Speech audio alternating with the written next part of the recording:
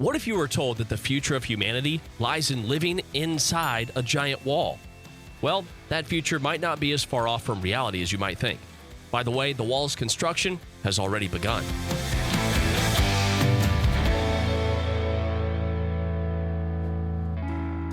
The line is part of the giant NEOM project, launched by Saudi Arabia. The Saudis aim to create the city of the future, which will be unlike any city the world has ever seen.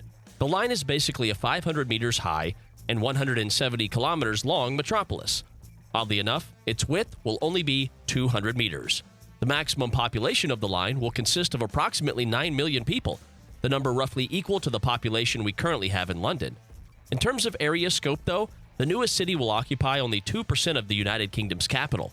As you already understood, the emphasis is put not on width, but on height. That is, the project will be conventionally divided into levels. As you walk through one of the lower ones, a university, amusement park, or spa might be above your head. The line will run on 100% renewable energy. Thanks to the ergonomics of the interior spaces, the city will not require the use of cars, and walking will be the main way of traveling. The line will provide access to people and services in ways previously unimaginable, NEOM's Director of Urban Planning, Tariq Quadumi, claims. Indeed, the environmental friendliness of the concept is presented by the developers as one of its main trump cards. Zero carbon emissions is their promise. People simply forget about cars because facilities needed for life can be reached by 5 minutes of walking wherever you live.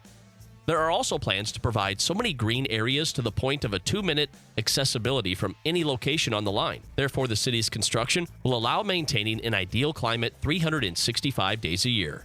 The developers believe that the human lifespan will be increased in the line.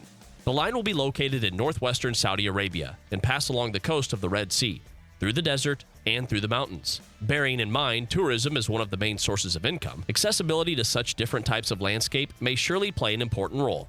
Tourists will be able to visit not only a unique place, but also find entertainment for every taste nearby. By the way, a high-speed railway will be used for long-distance trips, allowing you to get from one end of the 170-kilometer oasis to the other in just 20 minutes. Meaning that the rolling stock must accelerate to a speed of more than 500 kilometers an hour.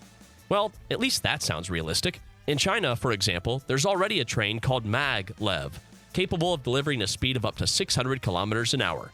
The line is designed in a way for walls to be mirrored and light to equally penetrate each level. The facade will have ample opportunities to allow the city to breathe, as the space within the mirrors is a combination of outdoor space, parks, plazas, and walkways, in addition to indoor private and public spaces, Tariq Quadumi adds. Since the line will actually be a huge wall laid across not only the desert, but also water bodies, no wonder fauna defenders have some questions raised for the concept's authors. However, the latter assured that the design of the facade includes natural corridors through which local wildlife representatives can move around safely. Animals and fish will move through curated corridors on the ground plane. In addition, birds that fly at different heights will also have their designated nature corridors that are designed in combination with the right glass treatment, the developers assure. Skeptics expressed doubts about how realistic the implementation of such a gigantic project turns out to be. Many disputes related to the topic can be found on the internet. In particular, there are theories in which the line will either be built only partially, or the city's height will be lowered, or the idea will eventually fall flat. These guys can be understood. Let's dwell upon the line framework. There are 2 lines of skyscrapers 500 meters high. For a better understanding, the Eiffel Tower is 324 meters high. The most prominent example for visualization might be the Taipei 101 building in Taiwan, which is 509 meters high. The cost of one such monster of a building was more than $1.5 billion. By and large, 2 rows of such buildings, Taipei 101, 2,000 pieces in each, is what makes the line visibly stunning. Not to mention the price of all the infrastructure that is supposed to be located between these rows, as well as underground spaces. I would turn the line into a giant donut shape, so you don't need to go end to end. Absolutely no chance this won't fail miserably. This will make truly incredible ruins, note skeptical network users. Be things as they may, the construction of the city already commenced in October 2022. According to the developers' plans, the first residents are expected to settle on the line in 2030. From this moment, the city will officially begin its existence, while the population should gradually grow to the declared 9 million inhabitants. What's even more fascinating, according to the developers' calculations, the construction and all related processes will require about 380,000 jobs for people. Obviously, in the future, this figure could only be growing. We have already mentioned pieces of skepticism scattered around the technical aspects of the idea's realization, but how about the upcoming social challenges? Let's imagine the project officially opening its doors and the city beginning to be gradually inhabited. The population's distribution into classes will inevitably occur, and therefore the city will be divided into certain zones with a high degree of probability. Let's say the wealthiest people will live closer to the city's upper limit and to the open sky, but the lower we descend, the poorer population strata we shall meet along the way. That's right, real ghettos can form on the lower floors of the line, turning the city into one of the most post-apocalyptic horrors we've only witnessed in movies. Or some dictator will come to power in the country and decide to turn the city into the largest prison in history.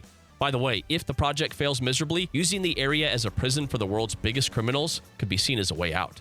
The flip side is the project's huge success. In this case, the line will become nothing but heaven on earth and a place everyone wants to visit. The truth most likely will be somewhere in the middle. How will it be handled in reality? Only time will tell. Given our population ambition, the line has to be a certain size. But regardless of its physical stature, it will end up demonstrating that the world has the human capacity, the technology, and the commitment to revolutionize our current way of life. Tariq Kwadumi strongly believes in the revolutionary nature of the sci-fi metropolis. Share in the comments below whether you believe in the success of the line and what fate actually awaits this whole project. And of course, subscribe to our channel and watch the other video you may see right now in front of you.